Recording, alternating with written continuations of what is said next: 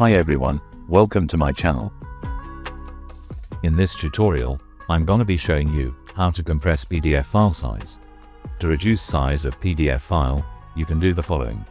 First, open your browser from your PC, search for PDF 24 tools.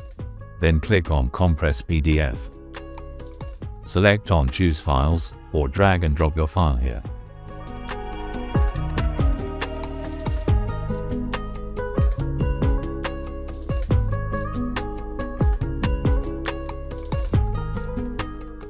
Now click on Compress. This will take some time to process.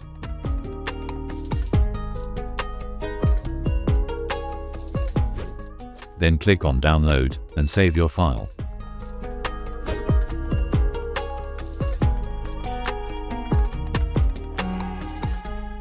That's it. Very simple and very easy. Thanks for watching. Comment below what you'd like to see next. Don't forget to like, subscribe, and hit the notification bell for more.